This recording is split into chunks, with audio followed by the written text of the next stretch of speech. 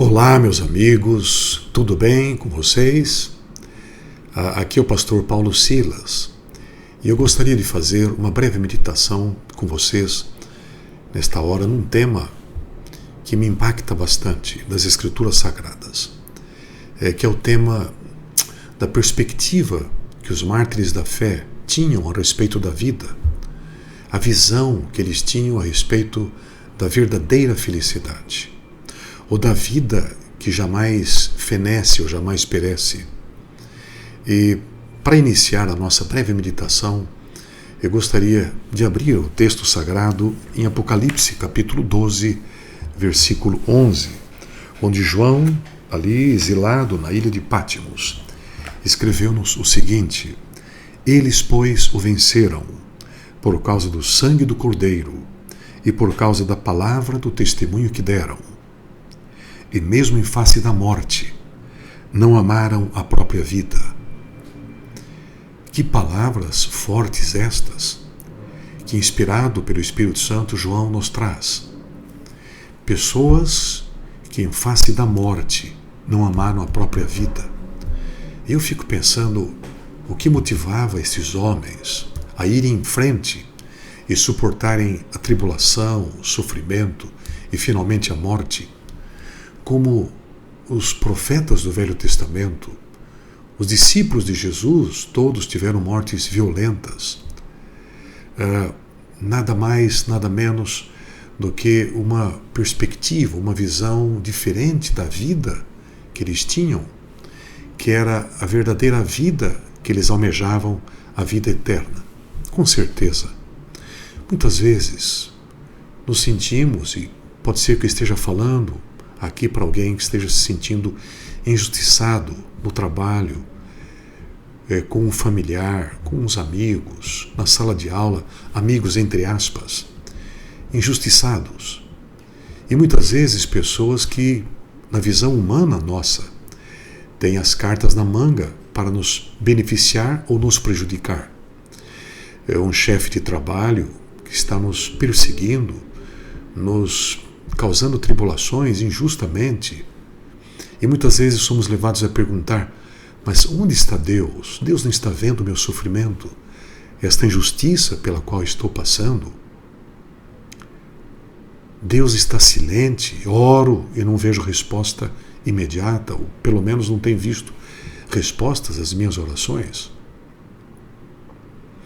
A pergunta que eu faço para você, meu amigo, minha amiga, nesta hora é a seguinte: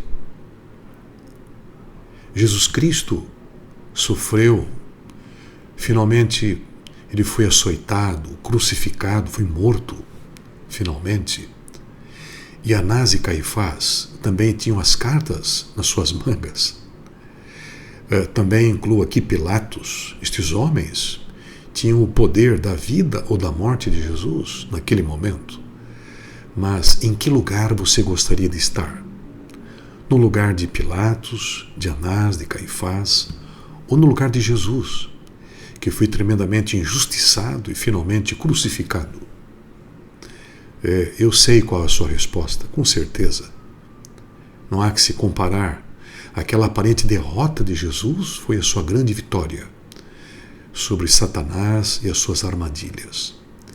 Então, estes homens, como diz aqui, eu gostaria de repetir esse texto que João nos escreve: Eles, pois, o venceram, por causa do sangue do Cordeiro e por causa da palavra do testemunho que deram. E mesmo em face da morte, não amaram a própria vida. Em outra ocasião, o próprio João, que agora estava exilado na ilha de Pátimos, mas quando ele escreveu o Evangelho de João, no capítulo 12 do Evangelho de João, versículo 25, ele disse: Quem ama a sua vida, perdê-la-á. Mas quem odeia a sua vida neste mundo, preservá-la-á para a vida eterna. Que tal? Esta era a perspectiva e a visão destes homens a respeito da verdadeira felicidade e da verdadeira vida que eles almejavam. O grande apóstolo São Paulo, conhecido e famoso como sendo o apóstolo, o evangelista dos gentios, que virou toda a Ásia Menor de pernas para o ar com a pregação do Evangelho de Cristo, da salvação em Jesus. Ele nos escreveu em Romanos, no capítulo 14, versículo 8, as seguintes palavras: porque se vivemos, para o Senhor vivemos, se morremos, para o Senhor morremos. Quer pois vivamos ou morramos, somos do Senhor. Vejam que fortes as palavras do grande apóstolo. Quer vivamos, quer morramos, nós somos do Senhor. Era exatamente isto que lhe dava força e poder na pregação e finalmente de enfrentar o cadafalso, a decapitação, pelo poder de Roma. Paulo tinha esta perspectiva de um mundo melhor, de uma vida eterna que o aguardava. E finalmente, ainda o próprio apóstolo São Paulo, escrevendo à igreja de Corinto, em 2 Coríntios, capítulo 4, versos 17 e 18, ele nos inspira com essas seguintes palavras: porque a nossa leve e momentânea tribulação produz para nós eterno peso de glória, acima de toda comparação, não atentando nós nas coisas que se veem, mas nas que se não veem, porque as que se veem são temporais, e as que se não veem são eternas. Assim, meu querido amigo, minha querida amiga, força, vá em frente, ainda que a defesa de Jesus Cristo e dos seus ensinos lhe custe a vida,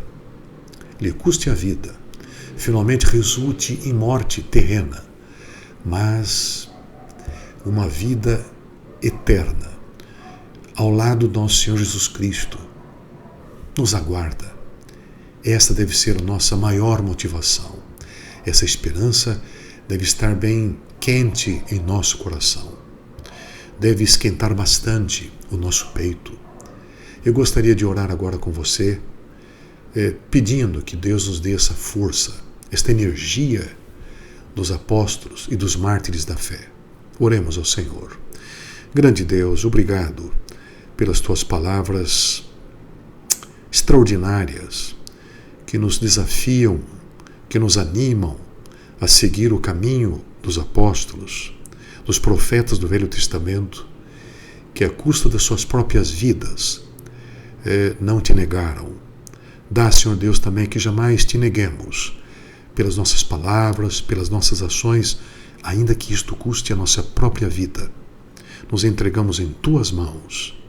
Nos abençoes e nos guardes, e nos fortaleça sempre para permanecermos em teus caminhos. É o que te peço em nome de Jesus, o nosso Salvador e Senhor. Amém. Queridos, um abraço e até a próxima. Meditação breve, se Deus assim permitir. Fiquem com Deus.